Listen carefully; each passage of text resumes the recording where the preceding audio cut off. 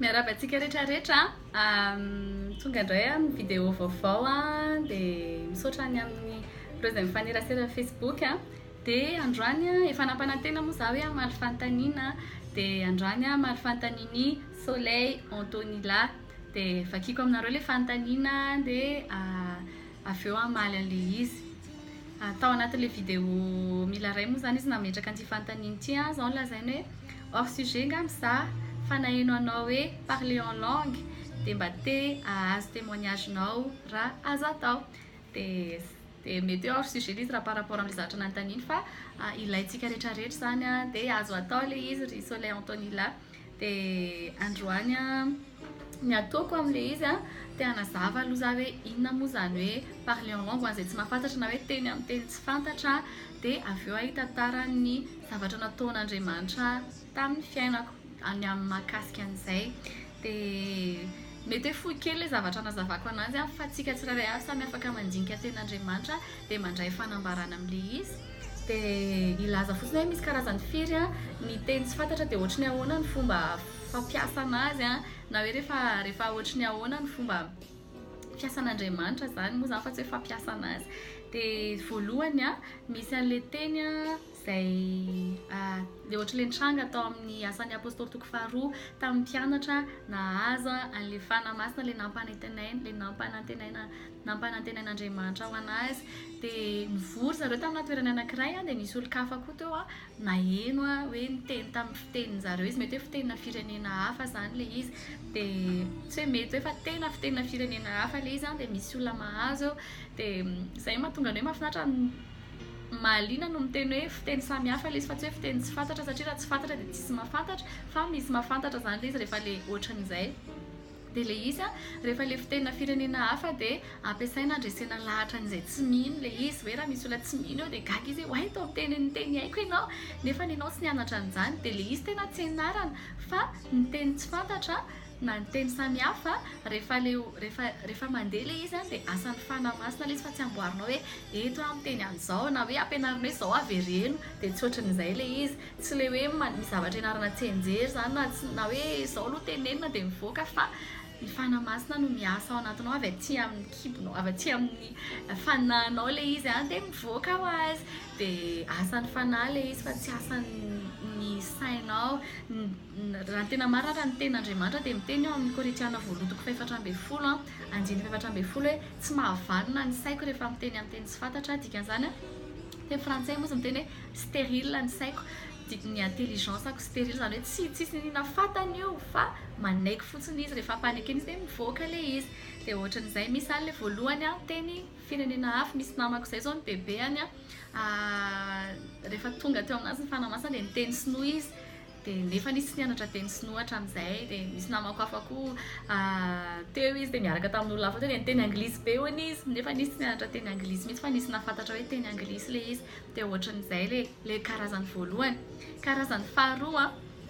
fampiasa rehefa ao am-piangonana dia rehefa misy fotoana ao am-piangonana misy miteny amin'ny teny tsy fantatra faminaniana indray le izy fa teny tsy fantatra fa adika zany hoe mampitombo ny olona rehetrarehetra le izy ny ten'Andriamanitra raha ohatra ka te hijery an'izay ianao dia Korinthiana voalohany toko 4:10 milaza betsaka momba an'izay dia afaka dinihanao le izy dia misy n'le karazany ireo dia le karazany voalohany koa le tenen'ny Paoly hoe na miteny amin'ny fitenin'ny olona sy ny anjely aza fa iny zany le fitenin'ny olona le voalohany dia ty faharoa ty hoe teny le izy tsisy mahafantatra le izy raha tsy adika dia faminaniana le izy dia misy fotoana ao anatin'ny fiangonana anankiray fiangonana misy anazy tena ohatr'izany mihitsy hoe misy fotoana tena tsy hoe isaky ny alahady koa fa misy fotoana mitsahatra mihitsy dia miaino an'Andriamanitra dia miteny zavatra Andriamanitra amin'iny le tsy fantatra iny fanamasina no miteny eo dia misy olona omeny an'le dikan'le izy dia mandika an'le izy le olona anankiray dia ohatran'izay izay le tenen'ny Paoly hoe tokony misy mandika le izy fa tsy mampandroso antsika rehetrarehetra fa ianao rery no mandroso raha ohatra ka tsisy mandika dia le fahatelo izay vao nilazaiko izay le hoe tsisy mandika le izy fa ianao rery no mandroso amin'le izy dia ianao raha tsy mahafantatra fa Andriamanitra ihany mahafantatra ny dikan'le izy ohatran'ilay message crypté reny zany ohatry ny mpanao afamantsika hoe tsisy mahita mihitsy ty raha izay maheno eo na misy devoly mihaino eo dia tsisy ahazo an'iny fa marary andoha fotsiny izy fa Vavaka moa zany le izy hoe rehefa mivavaka amin'ny teny tsy fantatra sy dia mivavaka amin'Andriamanitra ny fanamasina sy no manorantsika hoe zao hoe amina soupir inexprimable ozy izy ny teny frantsay hoe tsisy mahalala amin'ny sento tsisy mahalala fa Andriamanitra rery no mahalala anazy dia fiarovany iny zany mba hahatonga an'izy ho tonga any amin'Andriamanitra mba hahatonga an'izy tsy ho raisy ny fahavalo dia haharovany ianao. Dia ny fahaefatra izay mifangaro amin'ilay fahatelo moa zany hoe tsisy mahafantatra koa ilay izy fa Andriamanitra rery io ilay tenen'ny Paoly hoe fitenin'ny anjely na teny amin'ny fitenin'ny olona sy fitenin'ny anjely dia io ilay fitenin'ny anjely ny anankiray io dia tsy fantatro mety hoe fangaro ilay fahatelo sy fahaefatra fa na izy zany karazany telo na karazany efatra fa tsika afaka mandinika ny tenin'Andriamanitra ao anatin'ilay izy. Dia ohatran'izay ilay izy dia mino aho hoe manampy antsika rehetrarehetra izay dia mino aho hoe manokatra ny saintsika izany. Dia témoignage amin'izay zany fijoroana fahavolombelona moa zany dia taoriana nandraisako an'i Jesosy dia be dia be ny tsy fahamarinana ny raisiko tany aloha tany ohatra hoe ny fiteny amin'ny teny tsy fantatra dia tsy avy amin'Andriamanitra na hoe taloha ihany zany na hoe tsy ho an'ny olona rehetra zany fa ny sasany ihany dia reny langue reny nahatonga na tsy afaka nandray an'ilay izy satria tsy nino an'ilay izy sady natahotra hoe raha ohatra ka misokatra be amin'ny fanamasina dia sao dia alefany any Afghanistan eo ny sady teo any na hoe misy zavatra mitranga dia tsy voafehako ilay izy dia natahotra foana dia tsy nety mihitsy satria ny saiko matahotra misy zavatra tsy arany mitranga aminahy dia nanakana anahy foana ny saiko nefa ny tenin'Andriamanitra miteny hoe tokony tsy havanina ny saina tokony stérile ny saina izay vao mety ilay izy. Dia nandeha ny fotoana dia nanaraka fampianarana teny dia nanomkaresy lahatra hoe way tena ilaiko ilay fiteny samihafa tena ilaiko ilay teny tsy fantatra mba hampitombo anahy satria mampitombo ilay izy dia namako rehetra koa efa betsaka nahazo an'ilay izy tamin'izany dia nanomboka nangetaheta.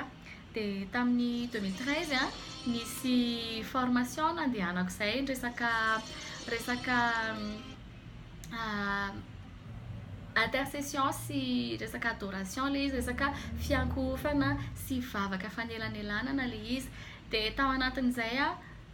tena nisy hetaheta be tato anaty dia resaka tamin'ilay olona mpampianatra moa za hoe zaho mba eto am-bavaka fa tena mangetaheta be an'izany dia nisy namako anankiray niaraka tamiko teo dia niara mivavaka ao anazy zareo fa ilay saiko mbola tsy nanaiky dia tsy afaka dia mbola tsy tonga ilay izy zareo tena mitenena dia tsy hitako nefa izay tenena inona moa zany no teneniko hoe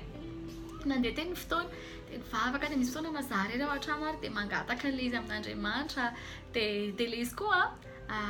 misy fotoana diso fangatakitsika fa Jesosy no manao batisantsika ny fanamasina fa tsy ny fanamasina izay rôle an'i Jesosy ilay izy ohatra ilay voateny ao amin'ny tanareo rehefa ilay nanao batisan'ny Jesosy jaona mpanao batisa dia ozy izy jaona mpanao batisa hoe tsisa avo izy ilay ao ariako tsy izany mesy fa avy ilay ao ariako za tsy mendrika ny amany kapany fa izy ozy izy ilay manao batisa amin'ny fanamasina dia ohatran'izay ilay izy tsetsatsetsatry aritra izay dia nisy foana mangataka nazaha rery dia tsy nahazo satria ny saiko tena mbola mibahana be mihitsy dia nandeha indray tamin'ny 2014 nisy mpanompon'Andriamanitra izay tonga taty an-trano niaraka tamin'ny vadiny dia miteny tamin'izareo zaho mba eto am-bavaka fa tena mba teny amin'ny teny tsy fantatra dia nivavaka ao anazy zareo fa adiny telo izay teo foana sady nampianatra anahy moa zany zareo fa tsy nety miteny mihitsy miahako dia nazavainy anao hoe ny sainao izy tokony tena tsy productif mihitsy fa tokony manaiky ny sainao fa ny sainao manakana an'ilay izy dia avy eo tamin'ny avy mivavaka ao anazy zareo dia isaky ny matory indray amin'ny alina dia tsapa consciente zany matory consciente atsasany zany dia rehefa matory iny dia miteny amin'ny teny tsy fantatra mivavaka dia manao intercession kaiky ny saiko matory amin'iny dia eo vao afaka mivavaka dia tonga saina be tamin'ilay izy hoe ok tena ny saiko ny olana zany mila amboariko ny saiko mila ampanekeko ny saiko dia ilay izy tena satria ny saina ao anatin'ny nofontsika dia ao anatin'ny aina matsy ao anatin'ny âme dia mila tena hoe mila manaiky ampanekena mihitsy izy ianao mibaiko anazy hoe manaiky dia farany amin'izay tamin'ny 2016 nisy alim-bavaka izay natrehako dia za moa zany tao alohan'izay rehefa hoe misy asa amin'ny fanamasina dia mieritreritra foana hoe za dingan'ny fanamasina fa ilay olona akaikiko anankiroa na miteny amin'ny teny tsy fantatra na mahazo fifaliana be dia tena hoe tsy azoko mihitsy izany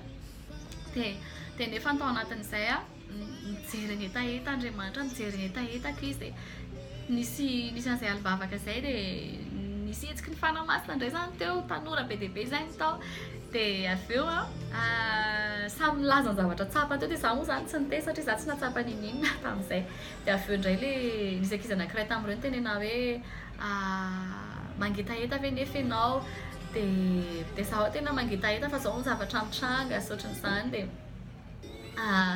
netiny mba mitondra mbavaka anazy dia ndao ozy izy hiara hivavaka izay moa zany teneny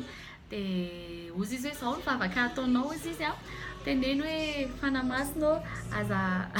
aza vela hiteny izay teny fantatro tsony fa miketo fa teny tsy fantatro ampitenenana dia somary natahotra ihany satria tato anatiko nisy hoe raha ohatra moa zany ka ohatran'ilay mitranga isan'andro ireny mitranga hoe tsy misy nina mitranga dia ho lasa mona zany aorian'ity vavaka ity satria tsy azoko ilay langue nefa le teny efa haiko indray tsy ho teneniko tsony koa dia nefany tato anatiko anteny hoe tsy manino zany fa hiriska an'izay satria tena manandany zany koa ilay azo an'ilay langue azo an'ilay teny tsy fantatra na teny samihafa dia nivavaka teo izay dia mivavaka ao anahy izy dia avy eo tao anatin'izay nahazo an'ilay izy dia teny dia misaiko mbola ilay taitrany hoe fa ahoana koa zany ohatrany hoe izy ve zany sa tsy izy dia ozy mantsana toizy satria indraindray ny fahavalo manakivy antsika hoe tsy izy zany satria tsy tia ny teny tsika satria atahorany ange le teny tsy fantatra ataontsika ireny hoe matahotra satria tsy afaka manao ninina izy dia lazay efa tsy izy dia tao anatin'izay no nandray an'ilay izy dia nanomboka teo tena azo lazaina hoe niazakazaka ny ara-panako satria ne nangetaeta foana dia ne nisokatra tamin'ny tenin'Andriamanitra kokoa dia ne nandray zavatra maro kokoa dia tena hoe ilaina be le izy dia ho an'ny olona rehetra le izy fa tsy ho an'ny olona sasany fotsiny fa ho an'izay mangetaeta dia homena an'ilay izy dia minao hoe mampahery anareo izay dia ho an'izay mangetaeta tena te hivavaka ho anao zao andray an'izany ianao dia finoana no ilaina dia ny intelligence anao mila stérile izay ilay ilaintsika amin'izao fotoana izao dia tsy ny ilay koritiana voalohany toko 7 fa ao miresaka momba fampiasana ny fanomezam-pahasoavana dia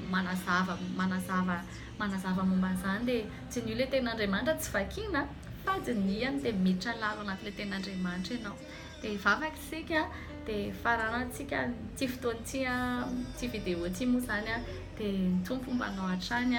dia tena hoe fanamasina izy révélena hanambara ny tenany aminao raha io mivavaka ho an'ny tsirairay avy izay mijery an'ity vidéo ty dia mangataka Jesosy Kristy ianao anao batisa ny tsirairay amin'ny fanamasina amin'izao fotoana izao ho an'izay mangetaeta ho an'izay anao hisokatra fotsiny dia manaova position mandray amin'izao fotoana izao dia ianao Jesosy hikasika ny tsirairay ianao miteny hoe mila atao batisa amin'ny afo sy ny fanahy izay dia aoka izay rehetrarehetra mino amin'izao fotoana izao izay mijery an'ity vidéo ty dia andray an'izany dia manona ny ositra ny fanamasina manona ny action hidina amin'ny tsirairay amin'izao fotoana izao dia hikasika ny tsirairay amin'ny anaran'i Jesosy dia ahazo an'izany fanomezana izany satria fanampahana ny tena hainy izany amin'ny anaran'i Jesosy mbola afaka mitohy mivavaka ianao dia mbola afaka amin'ny anao ireo ilay mivavaka iny mangetaeta fa ozy ny ten'Andriamanitra hoe izy raha tsara dia raha mangataka aminazy ianao raha mangataka aminazy mofo tsy omeny vato raha mangataka aminazy atody tsy omeny maingoka dia raha mangataka aminazy ny fanahiny ianao dia ny fanahiny omeny anao dia tahiny tompo ianao dia ingane mba tena samy ahery samy androso ny ara-panahintsika tsirairay avy dia zay anankiray zay misy olona zay andresaka tamin'ny tao Facebook tamin'ny fotoana dia tamin'ny Facebook ny mivavaka ho anazy dia tamin'ny alalan'izay ny kasi fanamasina anazy nandraisany an'io izany hoe tsy voafetra io afaka ty vidéo ty dia efa afaka azahoanao an'izany fa mila mangetaeta dia tahiny Jesosy ianao